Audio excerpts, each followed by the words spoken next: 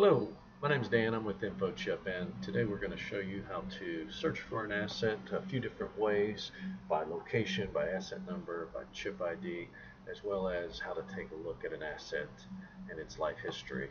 So as you log in, you will go on our dashboard, we call this, to asset search. Sorry, it's just a description here And so far. from this screen, this will bring you to everything under the ExxonMobil Canada East account. We want to be more specific and filter the search. There's many different ways you can filter the search, but as I've understood it, you are going to probably filter this search either by asset number or by chip ID number, if there's one present on the chip, or by owner and location. Owner, of course, being ExxonMobil Canada East, and then depending on the location.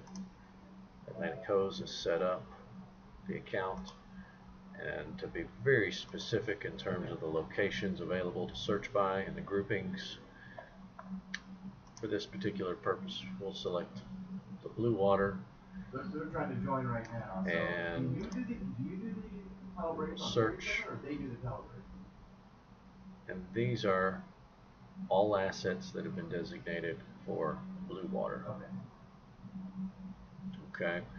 If we wanted to search by asset number or chip ID number, we would just simply put that number in this field.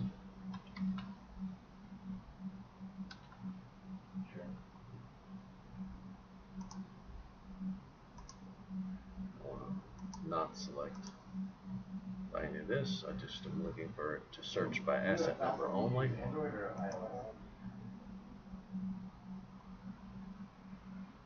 It brings me these particular assets. When I want to take a look at one of these assets, I just simply hit the hand and it gives me the full life history of that asset. Here is where you can see when it would be coming up for inspection next. Under the CERT Inspection Status tab, and any inspections that have been performed, you can take a look right there. They would be listed.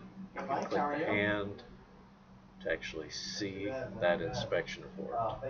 You can print that inspection report. Okay. And that should cover you for the basics of InfoChip as it relates to assets assigned by Atlantic Coast and Fittings. Thank you.